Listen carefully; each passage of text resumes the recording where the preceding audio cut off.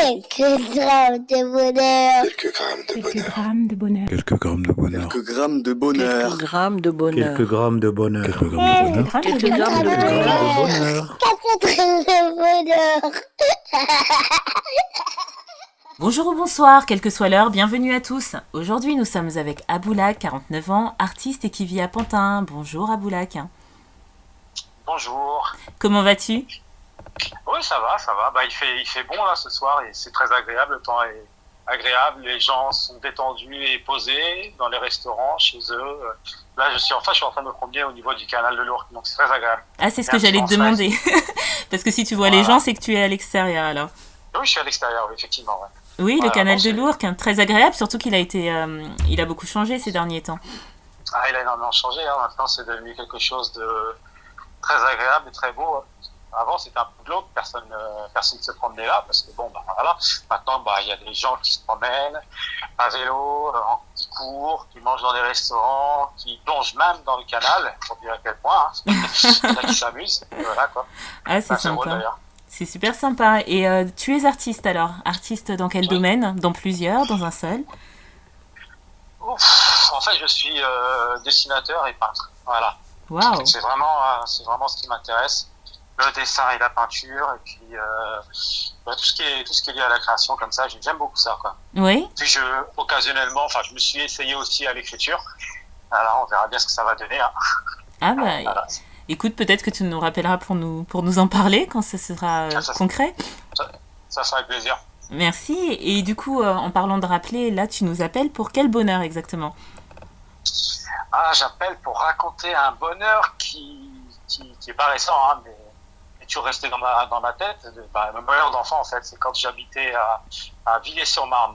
Oui. Voilà, ça remonte, c'est la période 70, enfin, pour être précis, 73, 79. D'accord. Et les 6 années les plus agréables que j'ai pu vivre. Et Villiers-sur-Marne, Voilà. tu nous le situes pour les auditeurs ? Villers-sur-Marne, c'est pas très loin de Brie. Brie-sur-Marne, comment je pourrais dire C'est en Île-de-France, dans Dans le 94. Dans le 94, d'accord, Ouais, c'est Val-de-Marne. dans le 94, voilà, c'est dans le Val-de-Marne. D'accord. Effectivement, ouais. Et de 73 à 79, donc j'imagine que tu étais un petit bout. Oui, exactement, ouais. Oui, Exactement. 73, quand je suis arrivé là-bas, j'avais 4 ans. oui. Et je suis parti de là, je devais avoir 9 ans. Ouais, j'allais avoir 9 ans, voilà ça. Et en quoi est-ce que... 10 ans. Ouais. 10 ans ? D'accord. Ouais, ouais. Et en quoi est-ce que ces années t'ont marqué jusqu'à présent ? Pourquoi est-ce qu'elles constituent un bonheur pour toi ? Alors, parce que c'était des années extraordinaires dans le sens où en fait c'était un peu, si je devais faire un parallèle avec un roman, je dirais j'étais un peu le Tom Sawyer, voilà. C'était une vie à la Tom Sawyer. On était un groupe d'enfants Oui. et on était toujours partis à l'aventure. Et il faut savoir qu'à l'époque, la cité où j'habitais, qui s'appelait la cité des Hautes-Nous, qui a changé après, les années 80 ça a changé, mais à cette époque-là, c'était une cité interdite aux voitures, pardon. C'était interdit aux voitures, donc il n'y avait aucune voiture dans la cité. Oui. C'était une cité qui était mitigée, c'est-à-dire qu'il y avait une partie qui était nature, et en fait la nature était mélangée au béton. Et en fait c'était agréable. C'était vraiment une cité de famille, quoi. Tout le monde se connaissait. Oui. Et puis à l'époque, il faut savoir que c'était on appelait ça un fief communiste à l'époque, dans les années 70. Les communistes étaient encore assez costauds et certains quartiers de banlieue, parce que c'était plus la campagne que la banlieue encore à ce moment-là, puisque le périph' n'avait pas été encore construit. Il y avait beaucoup de verdure, il y avait des bois, des choses comme ça, donc c'était toujours l'aventure. Donc on était là, des bandes de gamins de tout milieu confondu, de toute nationalité. Et puis on partait à l'aventure comme ça dans les bois, on construisait des petites sarbacanes et on s'amusait avec tout ça, ce genre de choses. On est très imaginatif au niveau jeu, quoi. On construisait des jouets, quoi, tout simplement, Oui. avec des petits bâtons de glace par exemple. On les limait sur les murs pour faire des petits couteaux en bois, ce genre de choses, quoi. On s'amusait vraiment, c'était vraiment une aventure à la Tom Sawyer. Oui, On n'avait pas peur vraiment. Bizarrement, le danger ne nous faisait pas peur. Ah oui. Et on avait des jeux d'enfants un peu dangereux, mais on ne faisait pas trop attention à ça, en fait. Donc, Oui. comme par exemple se promener au-dessus des toits ou ce genre de choses. On n'avait pas du tout de problème lié au vertige.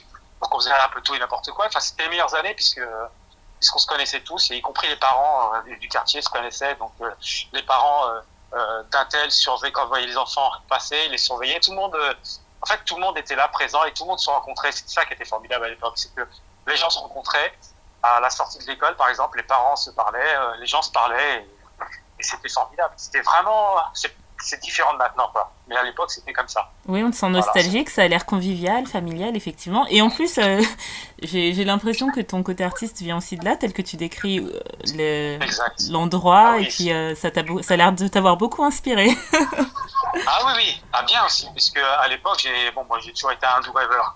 Et je sais qu'à cette époque-là, mes premiers dessins, en fait, mes premiers dessins, je les ai faits sur on appelle ça le papier peint blanc de la maison, ma mère. Elle avait beaucoup apprécié à l'époque. Voilà. C'est mes premiers dessins, je les ai faits comme ça, et j'ai toujours été quelqu'un de passionné par le dessin. Et j'avais aussi une autre passion à l'époque que je partageais avec un autre gamin. Ça remonte, je suis vraiment un vieux de la vieille. J'adorais les Strange, par exemple. Les premiers Strange, je les ai découverts en 75. J'ai acheté mes premiers Strange. Les Strange, c'est les trucs de Marvel, quoi.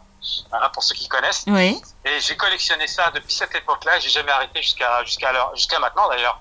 Parce que deux Strange qui ont disparu maintenant, qui n'existent plus. J'ai conservé tout ça, toute cette collection, qui vaut une petite fortune. Et ensuite, dans les années 80, j'ai enchaîné avec les comics et tout ça. Enfin, tout ce qui est Marvel, quoi. C'est vraiment quelque chose qui m'a passionné. Et paradoxalement, à cette époque-là, dans les Strange et dans ce genre de bouquins, il y avait toujours, parce que c'était quand même des livres pour enfants, donc il y avait toujours quelque chose d'instructif à l'intérieur. Donc j'ai appris aussi à connaître un peu le monde et à connaître certains éléments de l'histoire de l'Afrique, par exemple, mon continent, par l'intermédiaire justement de ces magazines-là. Ah oui. C'est comme ça que j'ai dit, oui, puisqu'il y avait toujours des petites histoires où on parlait de tel pays, ou alors de telles histoires par-ci, par-là, ou même dans les comics, enfin dans les Strange à l'époque où les comics parlaient de tel pays, tel truc, donc je recherchais quel pays on parlait, et je le découvrais, quoi, comme ça. Ça m'a aidé, hein. C'est surprenant. Peut-être que grâce à toi, certains parents vont voir ces comics autrement, maintenant. Oui, c'est possible. Enfin, quand on connaît un peu l'histoire de la bande dessinée, effectivement, on voit le rapport qu'il y a entre la bande dessinée aussi puis l'évolution de société, mais c'est comme la littérature, c'est pareil. Oui. La littérature, la publicité, le cinéma et la bande dessinée, comme je disais, toutes ces choses-là, c'est toujours le reflet d'une société, c'est toujours le reflet d'une certaine époque d'une société. Exactement. Et c'est ça qui est intéressant. Donc, ce qu'on dit, la culture populaire, qu'on a tendance souvent à mépriser, la culture populaire fait partie de l'histoire d'une société, de la vie d'un pays, d'un peuple. Et ça enrichit, quoi. C'est pour ça que j'ai toujours été dans ce domaine-là. Puis là, le domaine artistique, c'est toujours fait un grand enrichissement. Donc aussi, ça fait partie d'un de mes bonheurs, aussi. Et je l'ai découvert quand j'étais gamin.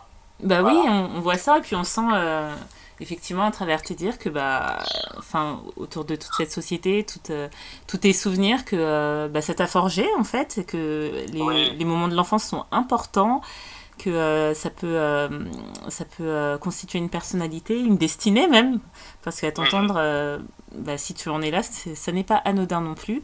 Et merci pour ces souvenirs partagés, merci pour ce bonheur partagé, où on a eu la sensation de vous voir courir à travers béton et bois, de vous voir grimper partout. Non, c'est agréable. Voilà. Mais aussi autre chose aussi que je voulais dire aussi, parce que là, ça c'est aussi assez important. J'ai aussi une petite dédicace pour mon ami d'enfance qui s'appelle Salam, qui est un Mauritanien. C'est un Mauritanien, et à cette époque-là, il y avait Goldorak qui avait commencé, parce que c'était en 75-76, passe à la télévision. Et j'allais chez lui, j'allais chez sa famille et tout, et je m'installais devant un bon couscous poulet, couscous mauritanien, c'est délicieux, hein, vous devriez essayer. Ah, je ne connais pas. D'accord. C'est délicieux.